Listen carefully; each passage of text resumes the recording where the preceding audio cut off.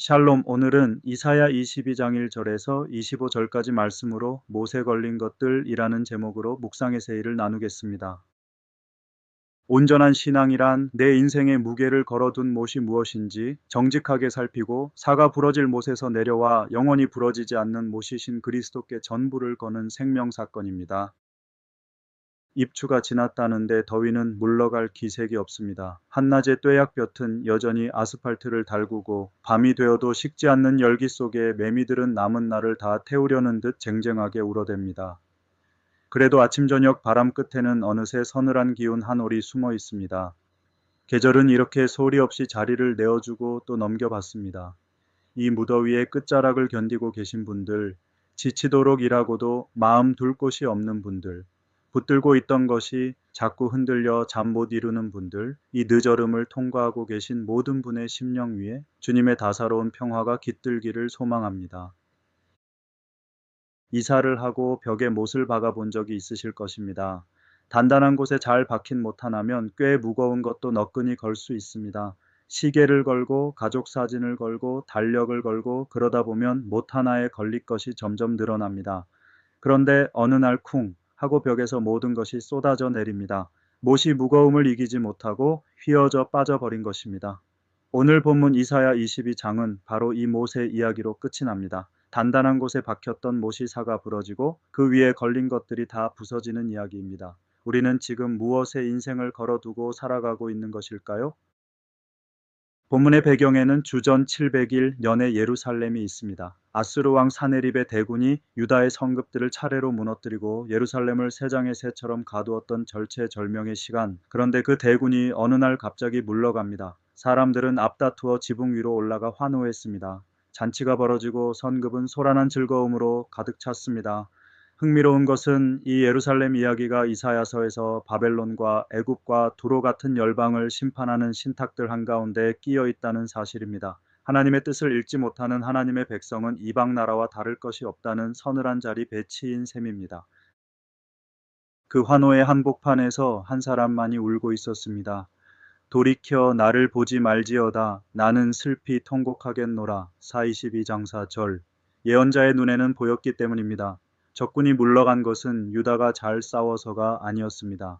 관원들은 싸우다 죽은 것이 아니라 도망치다 붙잡혔습니다. 부끄러움을 직면해야 할 시간에 선급은 축제를 선택했고 구원의 배후에 계신 분을 물어야 할 시간에 잔에 부딪는 소리만 높아졌습니다. 700년 뒤 종려나무 가지가 흔들리는 환호 속에서 예루살렘 성을 보시며 우신 예수님의 눈물이 이 눈물과 포개어집니다. 웃음소리가 가장 높은 곳에서 홀로 우는 사람, 그가 그 시대의 파수꾼입니다. 예루살렘이 게을렀던 것은 아닙니다. 오히려 놀랍도록 부지런했습니다. 무기고를 열어 병기를 점검하고 성벽의 무너진 곳을 보수하고 물을 확보하려고 저수지를 만들고 방어에 방해가 되는 집들은 헐어냈습니다. 위기 대응의 목록만 보면 나무랄 데가 없습니다. 그러나 하나님의 평가는 한 문장으로 내려집니다. 너희가 이를 행하신 이를 앙망하지 아니하였고 이 일을 옛적부터 경영하신 이를 공경하지 아니하였느니라. 사22 장 11절. 병기는 바라보면서 하나님은 바라보지 않은 것입니다. 분주할 망자는 마음 신변에 망할 망자를 씁니다. 마음이 사라진 분주함, 하나님이 빠진 대비는 그 자체로 이미 무너짐의 시작입니다. 못을 박을 벽을 통째로 흔들리는데 몸만 갈아 끼우고 있었던 셈입니다. 하나님은 그날에 통곡하며 굵은 배를 띠라고 곧 돌이키라고 부르셨습니다.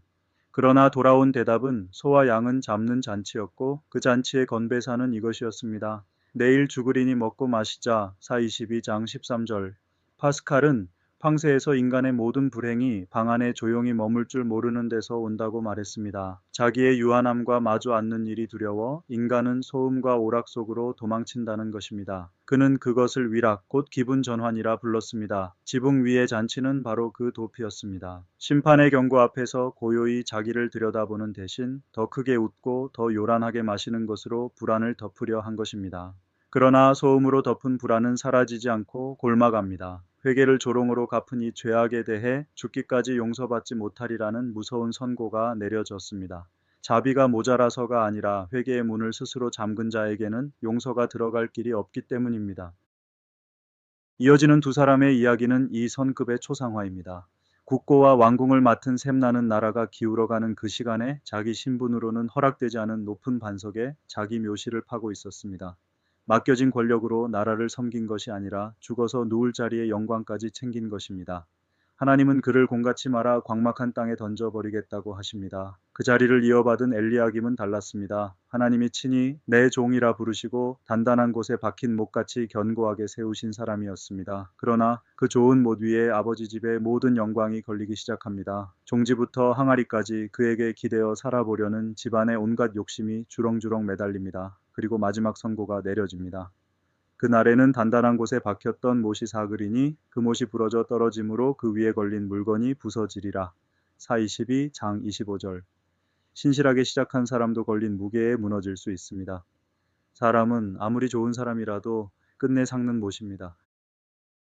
그런데 이 부러진 못의 이야기 한가운데 이상하게 빛나는 한 구절이 있습니다.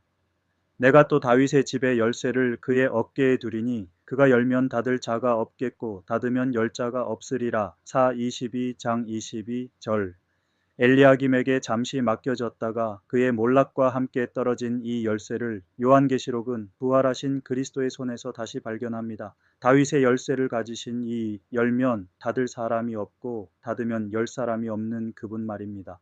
사람의 못은 걸린 무게를 이기지 못해 부러지지만 그리스도는 우리의 모든 죄와 수치의 무게를 지시고 스스로 십자가에 못 박히셨습니다. 부러지는 대신 찔리시는 길을 택하신 그 못이 이제 우리 인생을 걸어도 되는 유일하게 안전한 자리가 되었습니다. 그렇다면 오늘 우리의 벽을 살펴볼 차례입니다. 한국교회는 위기라는 말을 입에 달고 삽니다. 그런데 그 위기 앞에서 우리가 붙드는 것이 프로그램과 건물과 유명세라면 우리는 저수지를 파던 예루살렘과 얼마나 다를까요? 성도들 각자의 삶도 마찬가지입니다.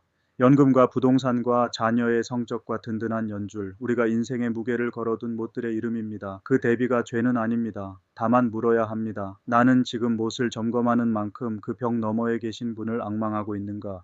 내 못에 걸린 것들 중에 내려놓아야 할 사사로운 영광은 없는가? 교회의 직분이든 일터의 자리든 그것은 주인의 집을 세우라고 맡겨진 것이지 내 묘실을 꾸미라고 주어진 것이 아닙니다. 가을이 오기 전에 벽을 정리하듯 우리 마음의 벽도 한번 정리할 일입니다.